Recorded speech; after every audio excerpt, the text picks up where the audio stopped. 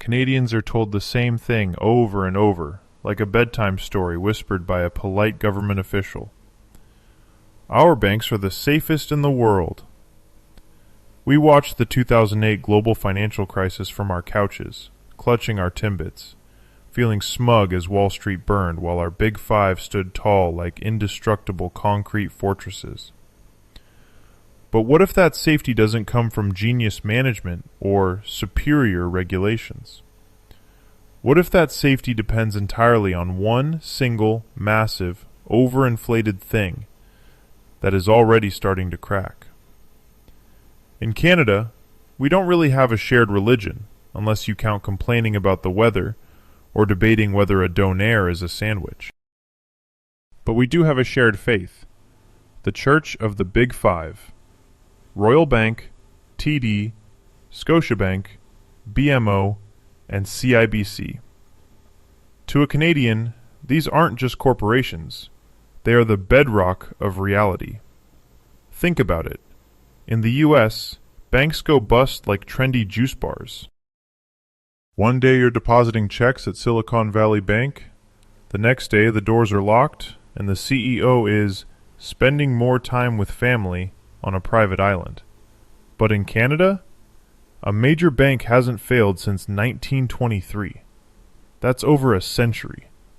To put that in perspective, the last time a big Canadian bank collapsed, we were still unironically wearing top hats and the internet was just a series of tubes, mostly involving steam and loud whistles. This belief in bank stability is built into our national identity. It's why we feel comfortable taking out mortgages that look like phone numbers from overseas. We've been conditioned to believe that the Canadian banking system is a magical, gravity-defying fortress. It's the boring is better strategy.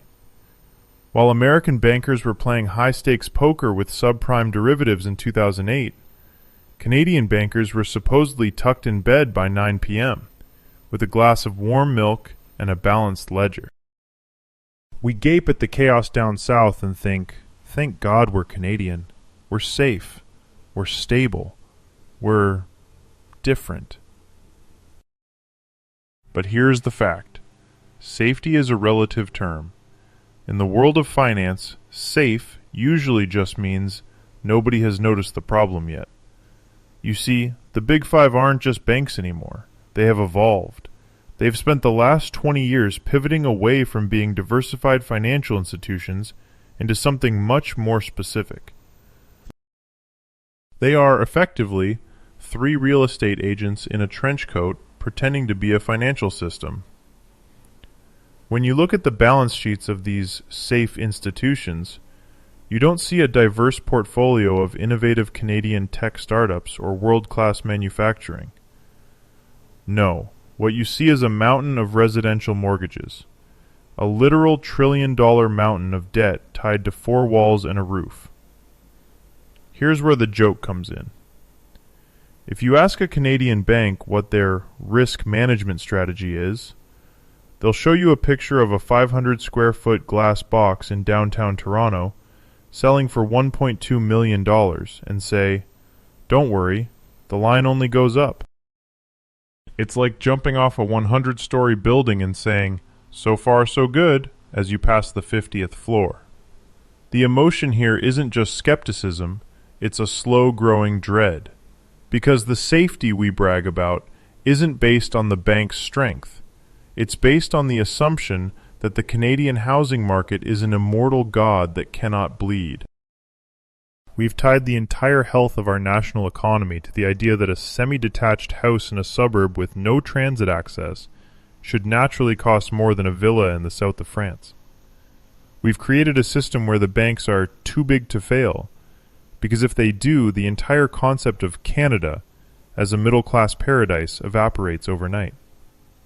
We aren't just customers of these banks. We are hostages to their stability. And the walls of the fortress are starting to look a lot thinner than they did 10 years ago. So the real question isn't whether our banks are safe compared to the Americans. The real question is, safe compared to what? If the foundation of your safety is a housing bubble that requires the average citizen to carry debt levels that would make a medieval peasant weep. Is it actually safety? Or is it just a very long, very quiet fuse? We've reached a point where the big five are sitting on $1 trillion exposure. That's a 1 followed by 12 zeros. It's a number so large your brain tries to shut down just to protect itself from the math. And the scary part? The banks didn't build this mountain out of greed alone.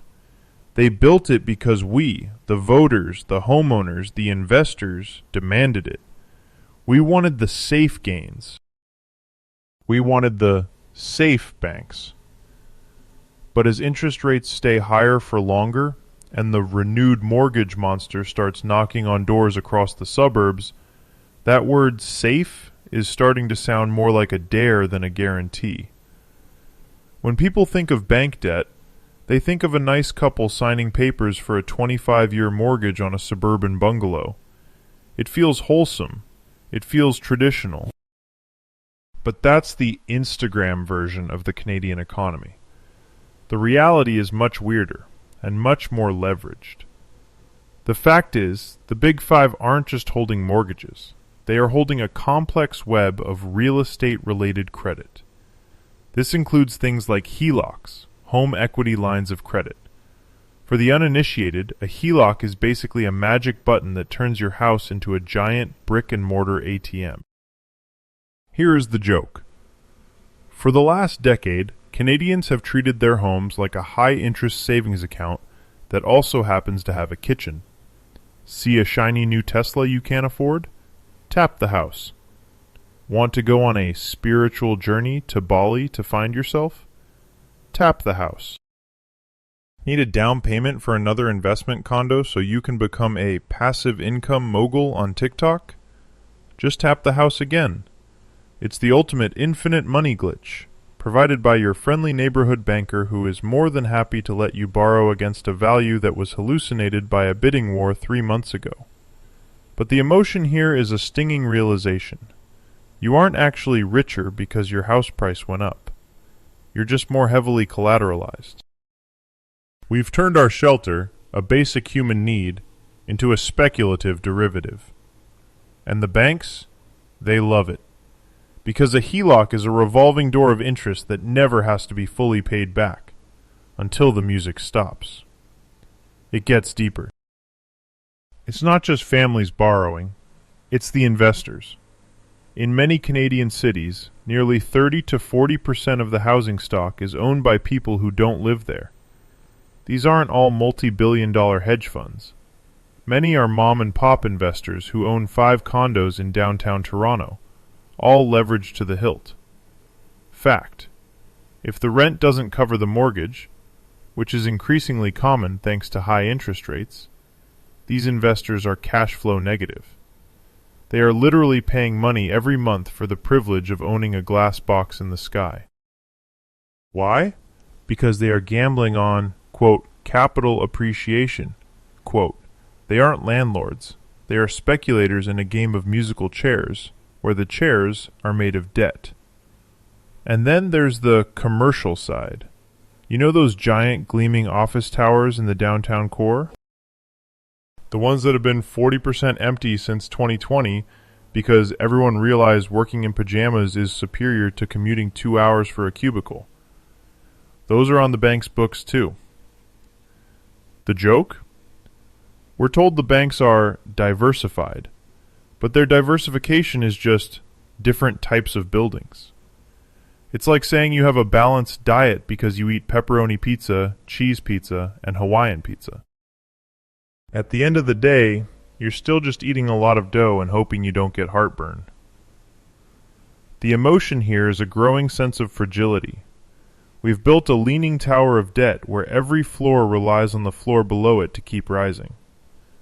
If the investors start selling because they can't afford the negative carry, the supply hits the market, prices stall, and the safe collateral on the bank's balance sheets starts to evaporate like a puddle in July.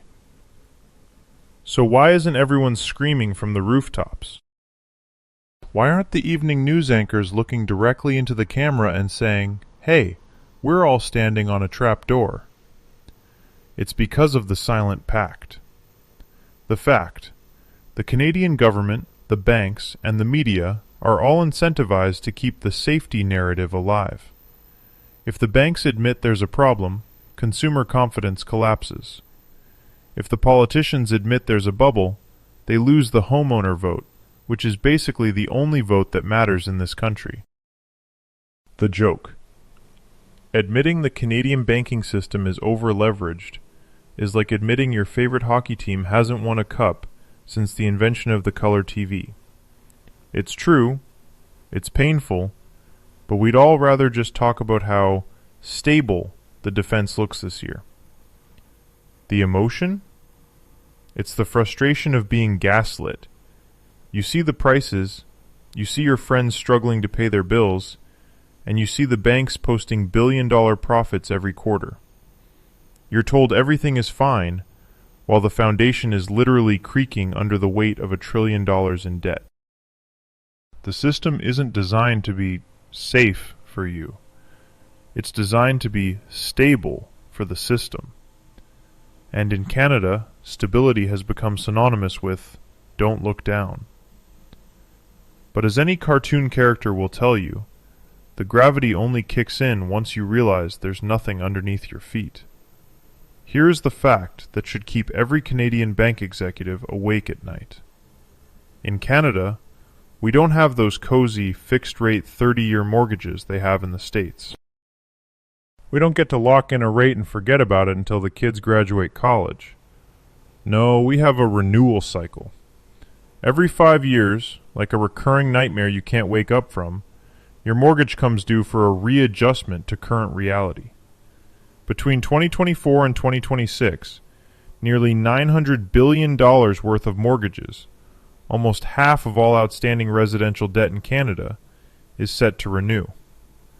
Most of these loans were signed back in the golden era of 2020 and 2021, when interest rates were so low they were practically giving money away in cereal boxes.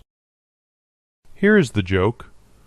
Renewing your mortgage in 2026 is going to feel like going to a restaurant, ordering a $20 steak, and then having the waiter come back an hour later to tell you that because the cost of cows went up, your bill is now $85.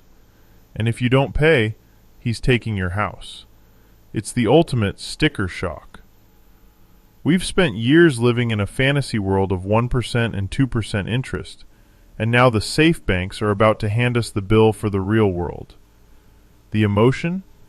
Pure, unadulterated anxiety. This isn't just a, quote, market adjustment.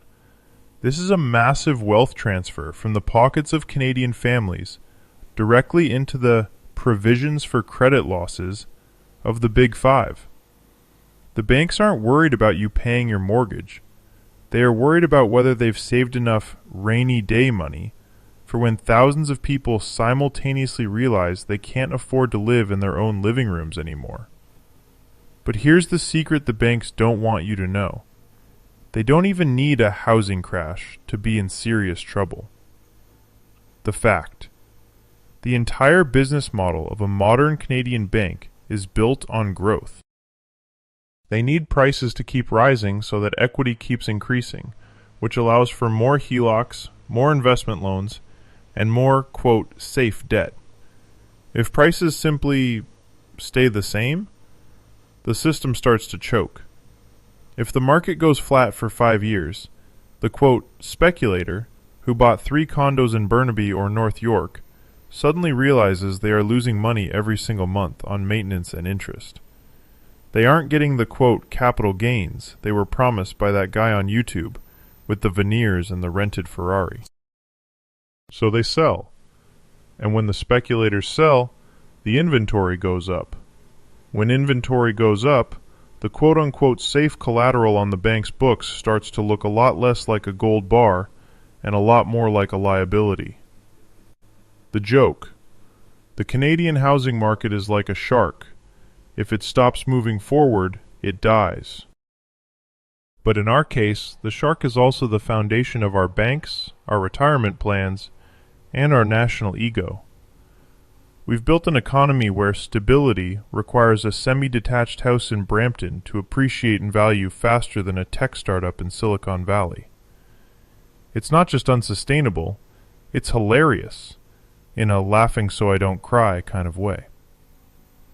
The emotion here is a sense of betrayal. We were told this was the safe path. We were told that real estate never goes down. Now we're realizing that the safety of our banks was actually just a bet on an infinite bubble.